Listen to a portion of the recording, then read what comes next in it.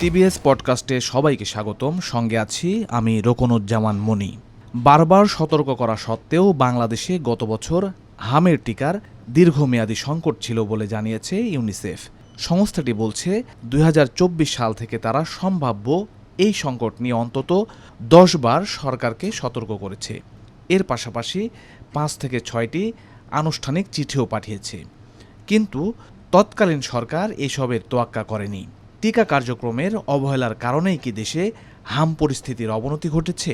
যদিও কয়েকদিন আগে একটি গণমাধ্যমকে দেওয়া সাক্ষাৎকারে তৎকালীন প্রধান উপদেষ্টার বিশেষ সহকারী অধ্যাপক ডাক্তার সাইদুর রহমান দাবি করেন, হাম নিয়ে সরকারি বা বেসরকারি কোনো সংস্থা অন্তর্বর্তীকালীন সরকারকে সতর্ক করেনি। এদিকে 20 মে বুধবার স্বাস্থ্য অধিদপ্তরের সর্বশেষ প্রতিবেদন থেকে জানা যায়, হাম ও হামের উপসর্গ নিয়ে দেশে এখন পর্যন্ত মৃতের সংখ্যা দাঁড়িয়েছে 481। এর মধ্যে 80 জনের হামে মৃত্যুর বিষয়ে নিশ্চিত হওয়া গেছে। এমন পরিস্থিতির মধ্যেই ইউনিসেফ এবং বাংলাদেশের তৎকালীন স্বাস্থ্য প্রশাসনের বক্তব্যের মধ্যে মারাত্মক তথ্যগত অমিল বা ব্লেম গেম সামনে উঠে এসেছে। টিবিএস পডকাস্টে আজ আমরা কথা বলবো এইসব বিষয়ে। আমাদের সঙ্গে যুক্ত আছেন চিকিৎসক ও গণমাধ্যম ব্যক্তিত্ব ডাক্তার সাখাওয়াত হোসেন সায়ন্ত। স্যার, আপনাকে স্বাগতম। স্যার, আপনি আপনার অত্যন্ত ব্যস্ত সময়ের মধ্যে থেকে আমাদের সময় দিয়েছেন, এই জন্য কৃতজ্ঞতা জানবেন। স্যার, আমি বেশি লম্বা করছি না, একটু শুরুতে জানতে চাই, স্যার আপনি নিশ্চয়ই জানেন যে ইউনিসেফ বলছে যে তারা 10 বার তৎকালীন অন্তর্বর্তী সরকারকে সতর্ক করেছে এবং চিঠি দিয়েছে। অন্যদিকে একই সরকারের দায়িত্বশীল ব্যক্তি বলছেন তারা কিছুই জানতেন না। আন্তর্জাতিক একটি সংস্থা এবং দেশের সর্বোচ্চ স্বাস্থ্য প্রশাসনের মধ্যে এই যে যোগাযোগের ঘাটতি এবং তথ্যের অমিলকে আপনি কিভাবে দেখেন স্যার? এটা যদি একটু শুরুতেই বলতেন। প্রথম কথা হলো যে হামে এই যে মৃত্যু শুরু হওয়ার পরে বিষয়টা ব্যাপকভাবে আলোচিত হয়েছে যে ইউনিসেফ বাংলাদেশকে এই টিকা চালু করার ব্যাপারে তারা বারবার তাগাদা দিয়েছে। সেইখান থেকে এইখানে টিকা কেনার যে পদ্ধতি সেটা উন্মুক্ত দরপত্রের দিকে যাওয়া সহ যেসব জটিল পদ্ধতির দিকে সরকার গিয়েছে, তখন এই সময়টাতে যে টিকা দেওয়া হ্যাম্পার হবে এবং তাতে কি ক্ষতি হতে পারে সেই বিষয়ে ইউনিসেফ সতর্ক করেছে বারবার। এই তথ্য অনেকদিন থেকে ইউনিসেফের পক্ষ থেকে বলা হয়েছে। এমনকি একটা জাতীয় গুরুত্বপূর্ণ সংবাদ মাধ্যমে ইউনিসেফের প্রধান যিনি, তার বরাত দিয়ে এরকম একটা কথাও এসছে যে তিনি তৎকালীন হেলথ অ্যাডভাইজার তাকে বলছেন, খুবই অনুরোধ করে বলেছেন, for gods sec don't do this. এই যে মানে বলছে যে এটা না করার জন্য, for gods sec don't do this, এইটা প্রচারিত হয়েছে অন্তত 2 সপ্তাহ বা তারও বেশি আগে। এতদিন পর্যন্ত সরকারের দায়িত্বশীল কেউই এ বিষয়ে মুখ খোলেনি। এমনকি আরেকটি জাতীয় সংবাদ মাধ্যম ইন্টারভিউ করতে হেলথ অ্যাডভাইজারের কাছে যাওয়ার পরেও তিনি ইন্টারভিউ দেননি এবং খুবই ক্ষুব্ধ প্রতিক্রিয়া দিয়েছেন। এই বিভিন্ন টিভিতে, সংবাদ মাধ্যমে, আলোচনা সভা, সব জায়গায় এই বিষয়টা এতদিন ধরে আলোচিত হয়েছে, কখনোই কিন্তু তারা এটা বলেননি। এখন ইউনিসেফের দায়িত্ব যে এই যে তৎকালীন সরকারের দায়িত্বশীলরা যে অস্বীকার করেছেন, এইটা ডিফেন্ড করতে হবে এখন ইউনিসেফকে, যারা বলেছে যে তারা তাগিদ দিয়েছে, এবং সংবাদ মাধ্যমের উচিত যে ইউনিসেফকে আবার এই দায়িত্বশীল ব্যক্তিদের বক্তব্যটা জানিয়ে তাদের প্রশ্ন করা যে ওনরা তো না করছেন, তাহলে আমরা আরো ক্লিয়ার পিকচার হয়তো পাবো। কিন্তু নর্মাল যে ফিচার যেটা আমরা দেখছি সেটা হলো যে আমের টিকা দেওয়া বন্ধ ছিল। তাহলে বন্ধ ছিল কেন? আর ইউনিসেফ তাগিদ যদি তাদের ভাষায় নাও দিয়ে থাকে, ওয়ার্ন নাও করে থাকে, তাহলেই বা এই টিকা বন্ধ থাকলো কেন? টিকা আমদানি বন্ধ থাকলো, টিকা যা ছিল সেটাও, টিকা বাচ্চাদের দেয়া বন্ধ থাকলো, ফলে এই যে ইমিউনিটিটা এইখানে লস করলো আমাদের বাচ্চারা। আর একটা হচ্ছে ভিটামিন এ ক্যাপসুল যে ক্যাম্পেইনটা হতো, যেটা বাচ্চাদের ইমিউনিটি গ্রো করতে সাহায্য করতো, রোগ প্রতিরোধ ক্ষমতা তৈরি করত, সেটাও তো বন্ধ ছিল। সেটা তো ইউনিসেফ হ্যাঁ বা না করা বা তাগিদ দেওয়ার বিষয় না। সেটা কেন বন্ধ ছিল? সেই প্রশ্নের উত্তরটাও তো ওনাদেরকে দিতে হবে। কারণ এইবার ধরেন বাংলাদেশে হাম তো আগেও ছিল, হাম নর্মালি ছিল, হাম তো একদম নির্মূল হয় নাই। সেই ক্ষেত্রে এটা তো নিউজ হয় নাই। এখন আপনারা নিউজ করছেন, আমরা আলোচনা করছি কেন? কারণ হলো যে হঠাৎ করে হামের আক্রান্ত হওয়ার সংখ্যাটা অনেক বেড়ে গেল, নাম্বার ওয়ান। নাম্বার টু, এটা অ্যাকিউট হয়ে গেল, মানে এর যে বিভিন্ন রকমের জটিলতা সেটা বেড়ে গেল। নাম্বার থ্রি, হসপিটালে ভর্তির সংখ্যা খুব বেড়ে গেল। Number four and finally, very unfortunately, আমাদের অনেক সন্তান মারা গেল। ফলে এটা ব্যাপক আলোচনায় আসলো। এখন এই যে আগে ছিল, কিন্তু আমরা এইরকম আলোচিত হতো না, কারণ এত মৃত্যু ছিল না, এত হাসপাতালে ভর্তি ছিল না, এত জটিলতা ছিল না। তাহলে এই জটিলতা এবং মৃত্যুটা কেন বাড়লো? বাড়ার কারণ হলো গিয়ে, একদিকে টিকা দেওয়া হয়নি বলে এই বাচ্চারা সুরক্ষিত থাকলো না ইমিউনিটির দিক থেকে। দ্বিতীয় হলো গিয়ে, এরা ভিটামিন এ ক্যাপসুলটা বন্ধ করাতে তাদের যে রোগ প্রতিরোধ ক্ষমতা সেটাও কম। ফলে একদিকে টিকা না দেওয়ার, এই মিজেলস ভাইরাস আক্রমণ করাতে বেশি ক্ষতি হলো, আর তার ইমিউনিটি এবং পুষ্টি কম থাকাতে সেই বাচ্চারা খুব দ্রুত জটিলতার দিকে গেল, এবং মৃত্যুর প্রধান কারণটা এবার হচ্ছে আপনার ফুসফুসের সংক্রমণ হয়ে নিউমোনিয়া হয়ে বেশিরভাগ বাচ্চা মারা গেছে। কিছু বাচ্চা মারা গেছে ব্রেনের প্রদাহ বা এনকেফালাইটিস আক্রান্ত হয়ে, কিছু বাচ্চা অন্যান্য জটিলতা, ডায়রিয়া, ইলেকট্রোলাইট ইমব্যালেন্স, কিন্তু মোস্টলি মারা গেছে কিন্তু এবার ফুসফুসের সংক্রমণ হয়ে নিউমোনিয়া আক্রান্ত হয়ে।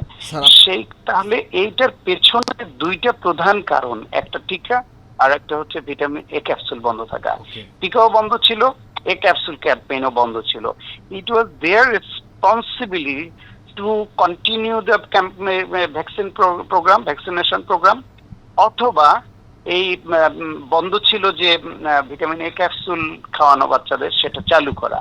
তো নিজেরা করেননি, উল্টা ইউনিসেফ তাদেরকে সতর্ক করেছে, সেটাও আমলে তুলেননি, এখন তারা আবার সেটা অস্বীকার করছেন। সুতরাং এই অস্বীকার করে পার পাওয়া এদেশে সহজ, এদেশে ঘটনা ঘটে, আলোচনা হয়, তদন্ত কমিটি হয়, তদন্ত রিপোর্টও প্রকাশ হয় না, কাউকে শাস্তির আওতায় আনা হয় না। মানে আই পার্সোনালি মেন যে এই বাচ্চাগুলো মারা গেছে, এটা মৃত্যু না, এটা একটা হত্যাকাণ্ড। এর সঙ্গে যারা জড়িত তাদের বিরুদ্ধে তদন্ত করে শাস্তিমূলক ব্যবস্থা নেওয়া উচিত। আর তার আগে তারা নিজেরা অন্তত যদি অ্যাপোলজি চাইতো, সেই ক্ষেত্রে আপনারা বুঝতাম যে শিশুর মৃত্যুতে তাদের একটা নিজেদের উপলব্ধি আসছে, একটা গিল্ট ফিলিংস আসছে। একই রকম দেখাচ্ছেন, এই হত্যাকাণ্ড ঘটিয়ে গণহত্যা করে গেছে, আওয়ামী লীগের কোনো অনুশোচনা নেই, কোন রকম ভুল স্বীকার করে না। এরাও সেই একই পথের পথিক হয়েছে, যে তারা শিশুদের মারলো তাদের ভুল সিদ্ধান্ত বা পরিকল্পনাহীনতার জন্য, কিন্তু তারা একটু দুঃখ প্রকাশ পর্যন্ত করতে চায় না, উল্টা তারা ডিফেন্ড করে নিজেদের। স্যার, আপনি আমার অনেকগুলো প্রশ্ন উত্তর দিয়ে দিয়েছেন। স্যার, আমি একটু যোগ করি যে আজকে পর্যন্ত প্রায় 481 জন শিশু মৃত্যুর খবর আমরা পেয়েছি হাম এবং হাম উপসর্গ নিয়ে। স্যার, বাংলাদেশে বছরে প্রায় 70 মিলিয়ন ডোজ হামের টিকার প্রয়োজন হয়, এবং আমরা দেখেছি যে গত বছরের 1/3 অর্থাৎ 17.8 মিলিয়ন টিকা দেশে এসেছে। এই রুটিন টিকাদানের দীর্ঘমেয়াদী সংকটের কারণে আমাদের মাঠ পর্যায়ে শিশুরা এই মুহূর্তে আসলে কতটা ঝুঁকিতে আছে বলে আপনি মনে করেন স্যার?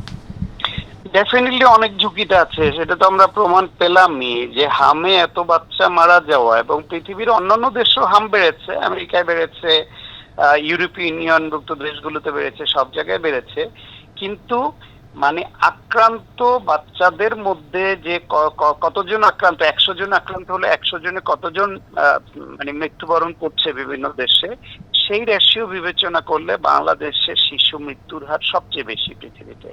এই বেশির কারণ তো এই যে টিকাই মেইনলি, এবং ভিটামিন এ ক্যাম্পেইন চালু না রাখা, ফলে বাচ্চারা ঝুঁকিতে আছে। এইটা এখন ইমার্জেন্সি ভিত্তিতে টিকা আনা হয়েছে, ইউনিসেফ, গ্যাবি সবাই রেসপন্স করেছে সরকারের আহ্বানে, এবং এখন যে ভ্যাকসিনেশন প্রোগ্রাম যে চলছে, যে ক্যাম্পেইন চলছে, সেই ক্যাম্পেইনও মানুষ সাড়া দিচ্ছে ইতিমধ্যে। ভালোই, বেশ ভালো। আই থিঙ্ক 2-3 দিন আগেও দেখেছি 12 মিলিয়ন প্লাস, 3 দিন আগের রিপোর্ট হচ্ছে 12 মিলিয়ন প্লাস ইতিমধ্যে ভ্যাকসিনেশন প্রোগ্রাম এসছে। এটা এই কয়েকদিন আরো বেড়েছে, খুব দ্রুত হারবে। সুতরাং এই সরকারের উচিত হবে আগের ওই ভুলগুলো যেহেতু আমাদের জানা হয়েছে, সেই ভুলগুলোকে কিভাবে উতরানো যায় এবং শিশুদের ভ্যাকসিনেশনের আওতায় আনা যায়, পাশাপাশি রেগুলার বেসিসে শিশুদের নিউট্রিশনাল স্ট্যাটাস বা পুষ্টির নিশ্চয়তা বিধান করা। সেই ক্ষেত্রে স্কুল গোয়িং বাচ্চাদের যদি স্কুলে লিকুইড মিল্ক, এটা অনেক কিছু কিছু দেশে আছে। আমি এর আগেও একটা অনুষ্ঠানে বলেছি যে চায়নাতে এরকম একটা প্রোগ্রামের কথা শুনে এসেছিলাম আগে। তারা বলছিল যে স্কুলে ছোট বাচ্চাদের 1 গ্লাস করে লিকুইড দুধ খাওয়ায় বাধ্যতামূলক। এটা তাদের পুষ্টি বৃদ্ধি এবং গ্রোথে বেশ ভালো রেসপন্স করেছে বলে তাদের গবেষণা বলছে। সুতরাং বাংলাদেশে স্কুল ফুডিং প্রোগ্রাম আছে, এটাকে এনশিওর করা যে ছোট বাচ্চাদের যাতে, আমাদের অনেক ফ্যামিলিতেই দ্রব্যমূল্য বা নানান কারণে ডিম খাওয়াতে পারে না, দুধ খাওয়াতে পারে না, স্কুলের ছোট বাচ্চাদের যদি এটা বাধ্যতামূলক করা হয় সরকারিভাবে, এটাও ভ্যাকসিনেশনের সঙ্গে সঙ্গে ভালো ফল দেবে। স্যার, আমরা আরও বেশ কিছু বিষয় নিয়ে আলাপ করতে চাচ্ছিলাম, কিন্তু আপনি অত্যন্ত ব্যস্ত সময়ের মধ্যে আমাদের সঙ্গে কথা বলছেন। আমি শেষ প্রশ্নটা করতে চাই যে এই মুহূর্তে এই টিকা বা আপনারা হামের পরিস্থিতি স্বাভাবিক করতে বা সামাল দিতে সরকারকে জরুরি ভিত্তিতে কোন বিষয়ের দিকে মনোযোগ দেওয়া উচিত বলে আপনি মনে করেন?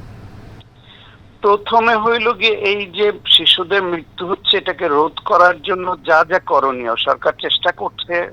ডাক্তার, নার্স এবং স্বাস্থ্যকর্মীরা রাত দিন ঝুঁকি নিয়ে কাজ করছে। এটা অব্যাহত রাখা, পাশাপাশি এই শিশুদের ভর্তির বিষয়টা আরো সহজ কি করে করা যায়। কিছু শিশুদের আমরা দেখছি যে এক হসপিটালে নিয়ে যাচ্ছে, সিট না পেয়ে আর এক হসপিটালে যাচ্ছে। এই ঘুরতে ঘুরতে সময় ক্ষেপণ হচ্ছে, বাচ্চার অবস্থা খারাপ হচ্ছে এবং আইসিইউ সাপোর্ট দেওয়ার পরেও বাচ্চাকে বাঁচানো যাচ্ছে না। সেই ক্ষেত্রে সব জায়গায় এই তথ্যটা অনলাইনে দেওয়া, যে বা একটা হটলাইন চালু করা, যাতে কোনো শিশুর হামের লক্ষণ দেখা দিলে তার ওই হটলাইনে ফোন করে জেনে নিতে পারে যে আমার বাচ্চাকে এখন তার কাছাকাছি কোন হসপিটালে নিলে আমি সিট পাবো, কোথায় কোথায় সিট কতটা খালি আছে সেই তথ্যটা আপডেটেড যেন থাকে। মানে বাচ্চাদের সঠিক সময়ে যাতে হসপিটালাইজেশন করা যায়। আর এর চিকিৎসা যেটা হচ্ছে, এটা পাশাপাশি ক্যাম্পেইন যেটা চলছেই, সেটা আপনার ভ্যাকসিনেশন, এটা রেগুলার আরো এগিয়ে নেওয়া। আর ভবিষ্যতে যাতে না হয় সেই জন্য দীর্ঘমেয়াদী পরিকল্পনা নেওয়া। এই মুহূর্তে সরকার যা করছে, they are doing their best I think. তারপরেও অনেক বাচ্চা দুর্ভাগ্যজনকভাবে মারা যাচ্ছে। আমাদের নানান রকমের সমস্যা এই দেশে স্বাস্থ্য ব্যবস্থা আছে। এর মধ্য দিয়ে যতখানি হাম ম্যানেজমেন্টে সরকার এবং চিকিৎসকরা করেছে, দে আর ট্রাইং দেয়ার বেস্ট এবং খুব ভালো করছে আমার ধারণা মতো। স্যার, আমাদের সময় দেওয়ার জন্য আপনার প্রতি আবারও কৃতজ্ঞতা রইল। ভালো থাকবেন। আপনাকে ধন্যবাদ, ভালো থাকবেন।